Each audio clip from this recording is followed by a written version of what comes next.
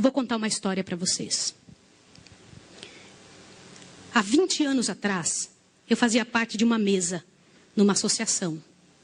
E eu vi uma das histórias mais tétricas que eu já vi na minha vida. E pode ser que alguns de vocês já tenham ouvido essa história aqui entre vocês. E se já ouviram, vão lembrar comigo essa história com dor. Uma certa ocasião, numa igreja de um certo lugar no Brasil, uma mocinha pediu licença para conversar lá na frente, no microfone. Ela frequentava a igreja um ano e pouco. E ela pegou o microfone da mão da moça que estava terminando a escola sabatina e falou: eu tenho que contar para vocês um pecado meu. E as pessoas paralisadas olhando ela falar. E ela disse: eu quero contar para vocês. Estava ali na igreja naquela hora, o pastor se arrumando ali, ajeitando alguma coisa. A esposa do pastor com os 2 filhos, mais ali no lado da esquerda, da minha esquerda. E a igreja toda ali junta. Vocês sabem que entre a escola sabatina e culto a igreja fica bem cheia? E ela disse: eu tenho que contar o meu pecado para vocês. E o pecado que eu tenho que contar é que eu sou amante do pastor. Na hora que ela disse isso, a esposa do pastor desmaiou ali na hora. E os filhos correram para acudir. E o pastor veio para ela e falou assim: o que você está falando? Você enlouqueceu? O que é isso, menina? Ela falou: eu tinha que contar, eu preciso resolver meu problema. Eu preciso salvar a sua alma. Eu preciso resolver você. Os danitas, eles sempre usam essa: cuidado, eu preciso ajudar. Sempre usam a palavra da ajuda, viu?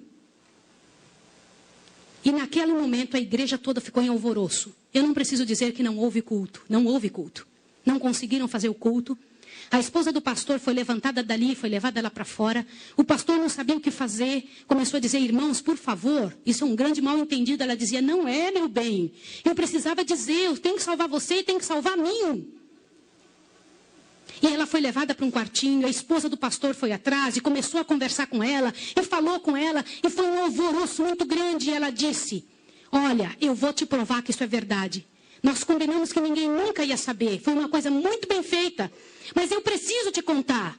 E falou para a esposa do pastor: prestem bem atenção no que eu vou dizer. Falou: só tem uma maneira de você me acreditar, vem aqui. O seu marido tem uma marca na genitália dele. E a marca é assim, assim, assim. E a esposa olhou para ela e acreditou nela na hora. Sabe por quê? Porque aquele pastor nunca tinha tido contato sexual com nenhuma pessoa, só com sua esposa. Eles se casaram virgens. E ela disse: ninguém sabe disso. Como é que essa moça sabe? Consegue imaginar o que é isso? E ela também nunca tinha contado isso para ninguém. E ela pegou a esposa do pastor, passou a acreditar. E ela contou detalhes sobre o corpo do pastor, detalhes sobre ele, até de coisas que ele falava enquanto dormia. Preste atenção. Eu não preciso dizer para vocês que aquele casamento acabou. A igreja todinha daquele pastor entrou num estado de bancarrota que vocês não têm ideia. Uma palavra, como diz Tiago, pode estragar a vida de uma pessoa para sempre. Sabe quantos anos se passou dessa história? Até que eu fiquei sabendo, isso foi há 20 anos atrás que eu fiquei sabendo. Já tinha se passado 20 anos que isso tinha acontecido. Por que eu fiquei sabendo dessa história? Foi numa mesa, numa comissão, numa associação.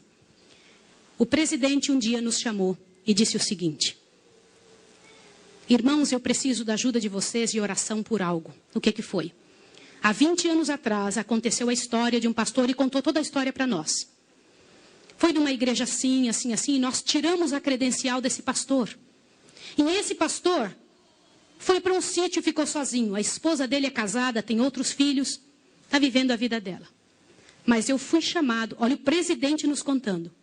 Eu fui chamado há alguns dias na casa de uma senhora com os cabelos todos brancos morrendo de câncer.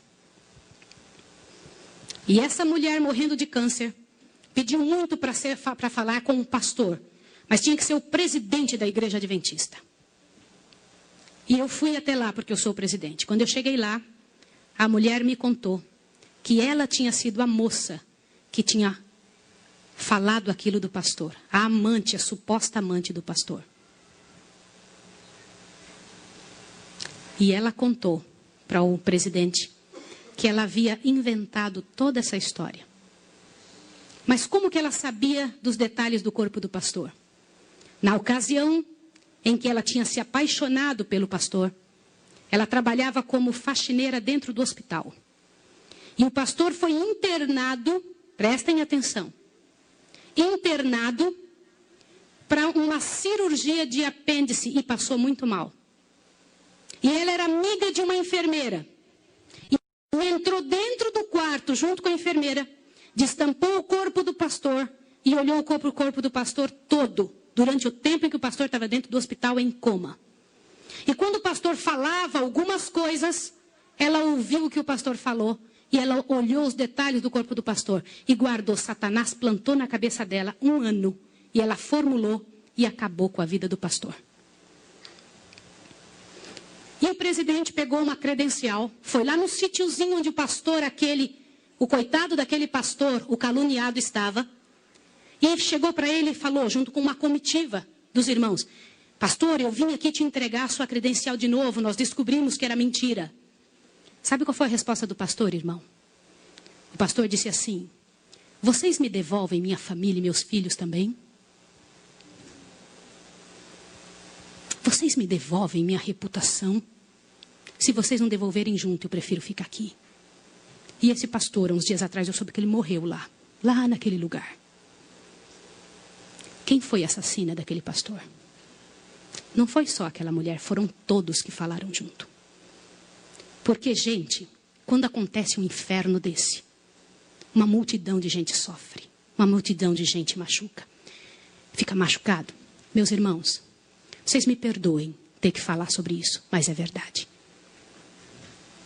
Existem muitos lugares que eu tenho muito medo de pregar, mas eu vou igual se me chamam. Porque eu vou falar uma coisa para vocês. Ontem à noite eu comentei que a vida de quem prega essas verdades é altamente prejudicada. Uma coisa desse tamanho é passada de boca em boca, de forma que apareça o inferno no final. Será que existem danitas no nosso meio? O céu é um lugar tão fabuloso